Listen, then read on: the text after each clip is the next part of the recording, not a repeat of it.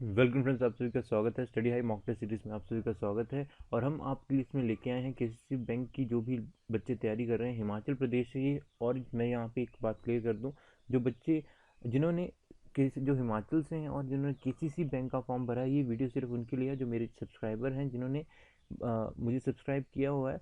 वो प्लीज़, अगर उन्होंने फॉर्म नहीं भरा है तो वो प्लीज़ इस वीडियो को यहीं पर रोक दें। ठीक है, तो ये वीडियो उनके लिए नहीं है, स्पेशली हिमाचल प्रदेश के कैंडिडेट्स के लिए जिन्होंने केसीसी बैंक का फॉर्म भरा है। तो चलिए शुरुआत करते हैं। देखिए, जिन जिन लोगों ने शुरुआत करने से पहले जिन लोगों ने हमारा चैनल सब्सक्राइब नहीं किया, वो यहाँ पर जाके चैनल को सब्सक्राइब कीजिए और बेल आइकन को क्लिक कीजिए, तभी उन्हें टाइम पर नोटिफिकेशन मिलेगा। तो चलिए शुरुआत करते हैं। और ये मॉक टेस्ट सीरीज़ हमने शुरू कर दी थी कल से, एक वीडियो आ चुकी है, ये दूसरी वीडियो है और इसके पार्ट यूँ ही चलते रहेंगे। ठीक है, तो चलिए शुरुआत करते हैं। ये मॉक टेस्ट सीरीज़ है मैथमेटिक्स की, तो चलिए शुरू करते हैं। सबसे पहला सवाल है हमारे पास यहाँ पर 986 minus 432 plus 116 equal question mark, और यहाँ पर 13 का स्क्वायर दिया हुआ है। देखिए सवाल को सॉल्व कैसे करना है। देखिए सबसे पहले एडिशन कर लीजिए लेफ्ट हैंड साइड पे। टोटल 986 को आप ऐड कर लीजिए 1116। देखिए इसको ऐड करने का तरीका क्या है, पहले 900 में 100 ऐड कर लीजिए तो 1000 बन जाता है। फिर 80 में 10 ऐड कर लीजिए तो कितना बनता है 90, और फिर 6 और 6 बचते हैं तो कितना बचता है हमारे पास 12। ओके, तो इसका आंसर आ जाएगा 2 10 1 1। तो हमारा आ गया है इसमें 1102। ओके, तो इस तरह से इसे अलग अलग करके इजीली सिंप्लीफिकेशन करके ऐड कर लीजिए। ठीक है, उसके बाद अब 1102 को 432 से माइनस कर दीजिए। तो ये आपका आएगा टोटल, अगर आप ध्यान से देखेंगे तो आएगा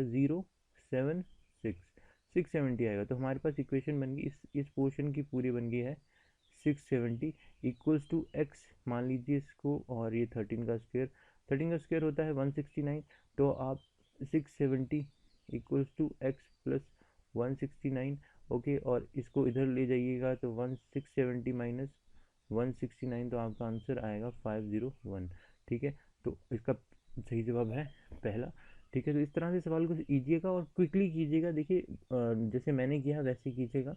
ठीक है, तो चलिए अगला सवाल देखते हैं। सवाल है, the ratio of present ages of Madan and Kamal is 8:5। After 8 years Madan age will be 40 years। What was Kamal age 6 year ago. तो देखिए इस सवाल में कहा गया कि रेशियो प्रेजेंट एज दी हुई है, किसकी दी हुई है, मदन की दी हुई है, इज टू हमें दी है कमल की। तो ठीक है, इसको इस तरह से 8:5 दिया हुआ, ये प्रेजेंट एज है।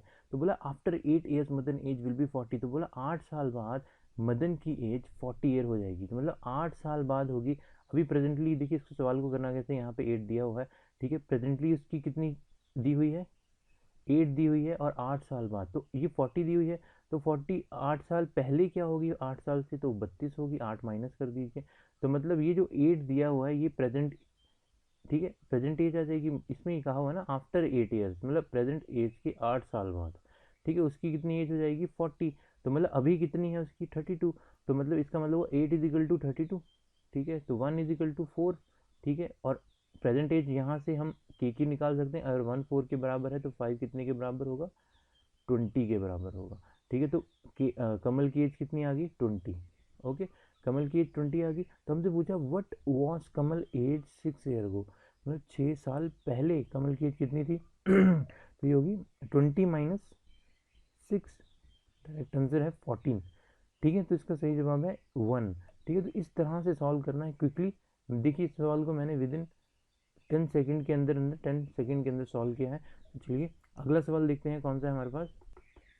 तो सवाल है हमारे पास, 6 boy can complete a piece of work in 42 years।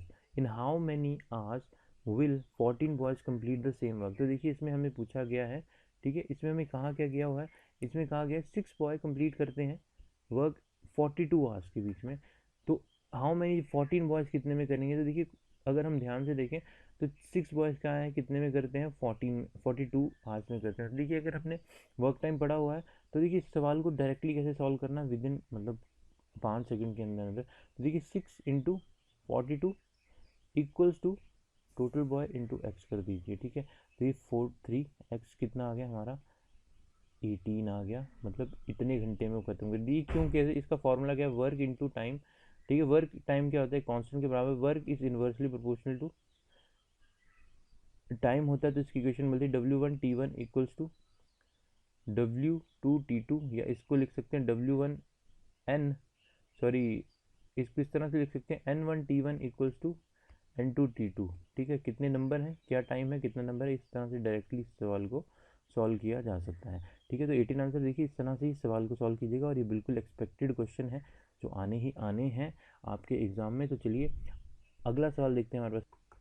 तो सवाल है हमारे पास, Parnita purchase an item for ₹8200 and sold it at a gain of 35%. Okay, from that amount she purchased another item and sold it at a loss of 20%. What her overall gain? और फिर देखिए कहा गया उसने पहले 8200 की खरीदी, फिर उसने बेच दी 35% प्रॉफिट पे, और फिर उसकी पैसा जो उसको आया उसने उससे कुछ एक और चीज़ खरीदी जिस पे उसे लॉस हुआ 20% का। तो ओवरऑल गेन और लॉस पूछा है। तो देखिए सवाल को करना कैसे है, बहुत इजी तरीका। देखिए उसे पहले हमें खरीदी कितने की, तो हमारा शुरू में कॉस्ट प्राइस है 8200। अब उसे 35% का क्या हुआ है, प्रॉफिट हुआ है, तो 35%। तो यहाँ से देखिए सवाल हमें डायरेक्टली सेलिंग प्राइस कैसे निकाल सकते हैं। देखिए 35% है तो इसको लिख सकता हूँ मैं 135/100, मतलब 100 उसका कॉस्ट प्राइस था, 35 उस पर ऐड हो गया तो हमारा सेलिंग प्राइस 135 हो गया। तो अब देखिए सेलिंग प्राइस कैसे निकालना है, कॉस्ट प्राइस 100 था तो कितना था 8200 था। तो ठीक है, तो एक जब होगा तो 100 होगा, तो जब हमारा 135 होगा तो कितना होगा, तो हमारा सेलिंग प्राइस यहाँ से डायरेक्टली निकल आएगा। तो इसको जब सॉल्व करेंगे तो 135 इंटू 82, देखिए आपकी कैलकुलेशन बहुत ही ज़्यादा क्विकली होनी चाहिए, तो आप इसे जल्दी से सॉल्व करें तो ये आएगी 11070। ओके, तो मैंने इसे कैसे सॉल्व किया है, देखिए इसको इस तरह से सॉल्व किया जाता है। 135 को पहले 80 से कर लीजिए, ठीक है, फिर उसके बाद 135 को 5 से कर लीजिए, दोनों को ऐड कर दीजिए, डायरेक्ट निकल आएगा 1070, तो 11070। तो ये इसका सेलिंग प्राइस था। फिर उसने इस पैसे से क्या किया, कह रहे हैं उन्होंने 20% लॉस, एक चीज़ खरीदी से 20% लॉस हुआ, मतलब लॉस कितना हुआ 20%। देखिए 20% मैंने कैसे करता हूँ, देखिए 100 है, 100 टोटल है तो लॉस होगा 100 माइनस 20, 80/100। तो मतलब ये इसका सेलिंग प्राइस आ गया। अब इसका कॉस्ट वर्ड आया, तो ये मतलब हुआ ये 100 इक्वल्स टू 11070 हुआ, जो दूसरा वाला केस उसने बेचा है। ठीक है, तो ये कितना आ गया, इतना। तो इसका लॉस कितना हुआ, मतलब अब सेलिंग प्राइस कितना आ गया। ठीक है, अब नया सेलिंग प्राइस आ गया, क्योंकि ये जो वैल्यू थी अभी कॉस्ट प्राइस बन गई है दूसरे केस में, क्योंकि उसने अब जो चीज़ खरीद के उसे सेलिंग प्राइस में बेचा, प्रॉफिट हुआ, उसके बाद इस पैसे का उसने उसे, अब ये वैल्यू क्या होगी, कॉस्ट प्राइस होगी, और ये चीज़ जो निकली सेलिंग प्राइस, तो इसको सॉल्व करें। ठीक है, तो आएगा 1107 इंटू 8। ठीक है, तो कितना आएगा ये, इसको आप डायरेक्टली भी कैलकुलेट कर सकते हैं। तो ये आएगा आपके पास 8856। ओके, तो ये इतने का उसने बेचा। ओके, मतलब उसे क्या हुआ, लॉस हुआ। तो लॉस कितने का हुआ यहाँ पर पहले, ठीक है, जो पहले निकाल लेते हैं, दूसरे केस में कितना हुआ 11070 माइनस कर लीजिए 8856 को। तो ये जो आपका लॉस आया है, ये आया है उसके पास, डायरेक्टली करके देख लीजिए, ये आएगा 4। ओके, 2 2 और ये 2 2 2 4 4, और पहला जो यहाँ पर उसे कितना प्रॉफिट हुआ है वो आप देख लीजिए, सेलिंग प्राइस 11070 माइनस 8200, तो यहाँ पे 0 7, यहाँ पे 8, यहाँ पर 2, तो 2870। ठीक है, और ये हुआ है, तो इसे जब आप माइनस करेंगे तो आएगा 2870। ठीक है, और ये लॉस है तो ये माइनस में आएगा, और ये प्रॉफिट था ऊपर वाला, देखिए 2224। ओके, तो इसका आंसर आ जाएगा। ठीक है, तो इसका आंसर आ जाएगा 4, और यहाँ पर आ जाएगा 6। ठीक है, तो इसका आंसर आएगा 646। ओके, तो यहाँ पर 646 ऑप्शन में नहीं है, तो इसका आंसर होगा fifth, none of this. Okay, तो इस सवाल को इस तरह से सॉल्व करना है। ठीक है, जो मेथड मैंने अपनाया वैसे अपनाइए, आपका 1 मिनट से भी पहले इस सवाल को कर लेंगे। ठीक है, तो चलिए अगला सवाल देखते हैं आज हमारे पास कौन सा है।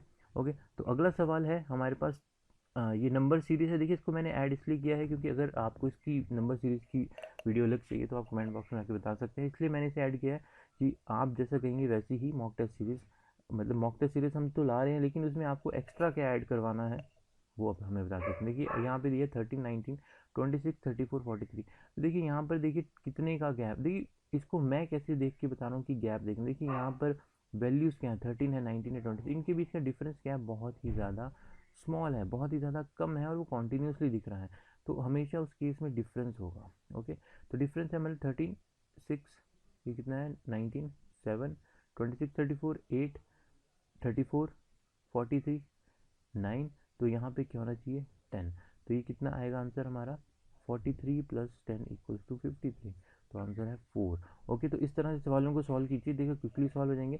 अगर आपको वीडियो सच में पसंद आई है तो लाइक कीजिए और हमारे चैनल को जल्द से सब्सक्राइब कीजिए और इस वीडियो को ज़्यादा शेयर कीजिए जो आपके फ्रेंड्स किसी बैंक की तैयारी कर रहे हैं। ओके, सो अगर आपको कोई भी और किसी टाइप की सीरीज़ चाहिए तो हमें ज़रूर बताइए, हम उसे ज़रूर शामिल करेंगे। सो आज के लिए इतना ही, थैंक यू।